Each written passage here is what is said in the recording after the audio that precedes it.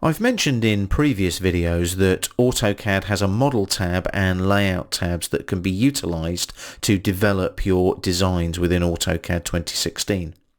So right now we're in the 0106 floorplans.dwg, and you can see that at the top of the screen and in the tab here. And we're zoomed to the extents of the floor plans in the model tab.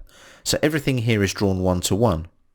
So the layout tabs allow us to annotate and communicate that design intent by putting scaled viewports at a known scale into, say, a title block, for example. So if I go down here to layout 1 and just hover over it, you'll see there it gives me a little preview of layout 1 and what it's going to look like. If I click on layout 1, it'll actually open up that layout for me. Now AutoCAD by default always places a default viewport here in the layout tab. Now this viewport here has been resized by me in this particular floor plan drawing. Now I've clicked on the edge of the viewport there. You can see the grips. If I click on a grip and drag and click, I can make that viewport bigger and smaller. Now if I just hit escape there just to deselect that viewport, you lose the grips. So if I double click inside the boundary now of that viewport, what happens? Well, you'll notice it goes bold, and I can now pan, and it's like I've got a hole in the sheet of paper looking through into the model tab, and I can decide on which view I want in that particular viewport. So if I double click outside the viewport, that deactivates it. You'll notice the screen flash there letting me know that it's deactivated.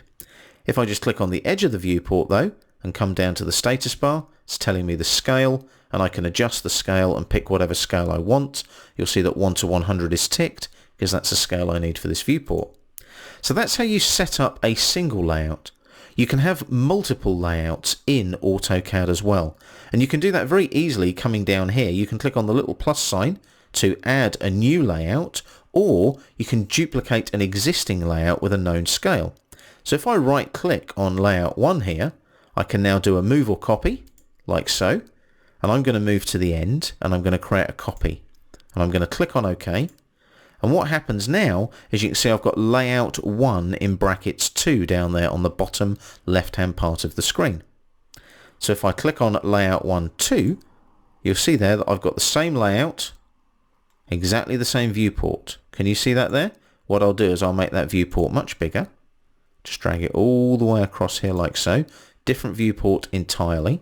I'll hit escape to deselect the viewport, and I'm going to double click inside the viewport, and then I'm going to double click on the wheel, and that'll actually zoom extents inside the viewport, so I've got the two plan views like that. Now I'll click away from the viewport there, double click, and that deselects it, and now I've got a totally different view at a totally different scale in a totally different layout tab. So that is how you set up your layout tabs and your model tab when you're working in AutoCAD 2016.